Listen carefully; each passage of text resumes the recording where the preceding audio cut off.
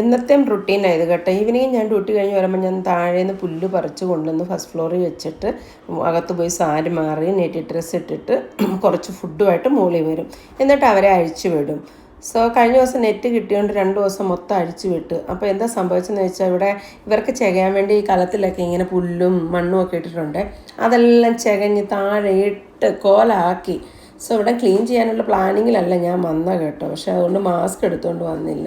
ഇനി താഴെ പോയിട്ട് വരാൻ പിന്നെയും മടിയാണ്. അതുകൊണ്ട് അങ്ങ് ഇച്ചിരി ക്ലീനിങ് അങ്ങ് ചെയ്ത് അവർക്ക് അവരുടെ ഒരു എൻജോയ്മെൻ്റാണ് ഈ ചെകയുക എന്നുള്ളത്. കൂട്ടി പൂട്ടിയിട്ടിട്ട് നീ എഗ്ഗ് തന്നു, നിന്റെ വാ മാത്രം പുറത്തോട്ടിടും, നിൻ്റെ ഫുഡ് തരാം, തല മാത്രം പുറത്തിടും. ആ ലെവലിൽ കോഴിയെ പിടിച്ച് കെട്ടി വളർത്തുന്നതിനോട് എനിക്ക് ആഗ്രഹമില്ല. അവരുടെ ഒരു എൻജോയ്മെൻ്റ് എന്ന് പറഞ്ഞു കഴിഞ്ഞാൽ ഈ ചെകയുക എന്നുള്ളതാണ് മെയിൻ. അതുകൊണ്ട് അവർക്ക് ഹെൽത്തി ആവുക മെയിൻ ചെയ്യുന്നത്. അവരുടെ ബ്ലഡ് സർക്കുലേഷൻ കൂടും, അവരുടെ കാലും കൈയും ഓടും. അവർ ഓടി നടക്കട്ടെ, ഞാൻ ക്ലീൻ ചെയ്തോളാം, എനിക്കത് പ്രശ്നമൊന്നുമില്ല. അതും ഒരു എൻജോയ്മെൻറ്റ്.